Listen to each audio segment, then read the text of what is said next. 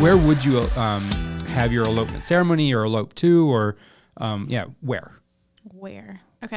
It can be anywhere. So you could do like a traditional courthouse where you go to the courthouse and get married, which also makes for very cute pictures as well. About 40% of couples get married at the courthouse? No. Little fun fact for you. Interesting. That's a lot more than I would think. Yeah. Like at the courthouse, not just like an elopement.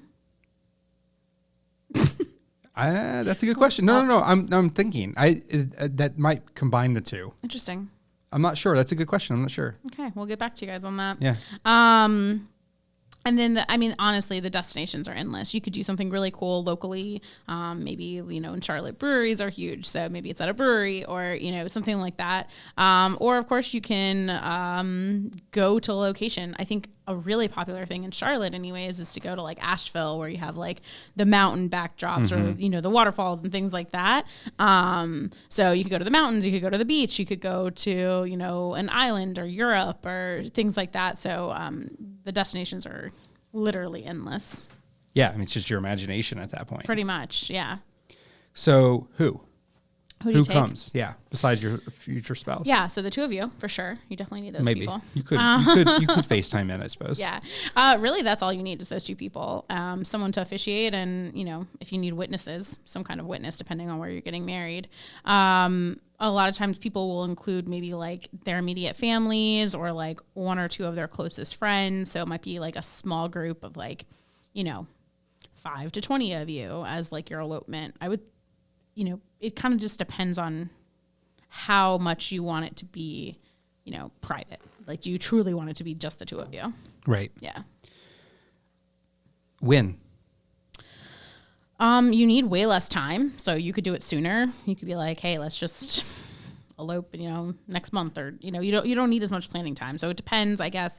If you're going to the courthouse, you could probably just go. You don't have to wait at all. If you're, planning it as a destination, you need a little more planning time. Maybe, unless you're ready to just like book a flight and do things on a whim like that. There's really no rules. It just takes less time overall. You don't have as many moving pieces. Right. You don't have as many schedules to coordinate. So it could happen a lot quicker. I think something else that's really common is doing an elopement like during the week or like kind of like an off-peak day, not doing it on a Saturday. So doing like a Wednesday or Thursday. That's something I know happens a lot in Charleston. They do like middle of the week. I feel like our Charleston photographers are like literally shooting weddings like Monday through Sunday. Like it's crazy. Yeah, it's crazy. So like they do weddings, like especially a lot of elopements during the week, and which Charleston is a great destination. So you don't have as many people who need to take like work off and you have to think about.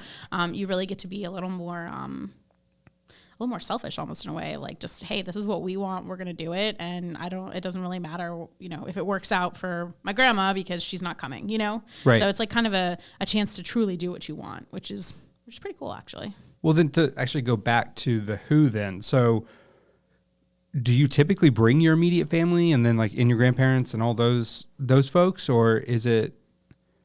If you want to, I don't think there's necessarily. There's no really rules around it. Mm-mm.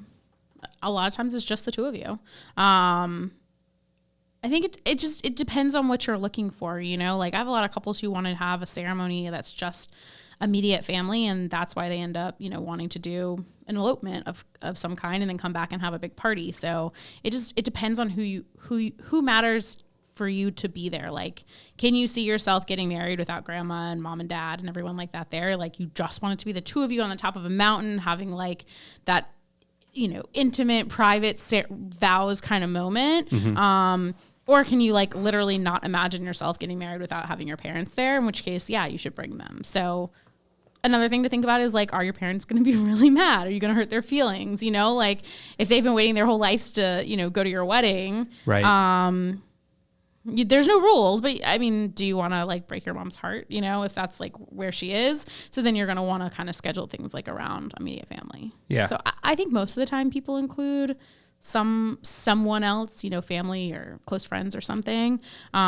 Usually I would say it's a small group, like under 25, but there's no rules. Yeah. Just, if you just want to go down to the courthouse and get married, just the two of you, then why not? Yeah. Yeah. Cool.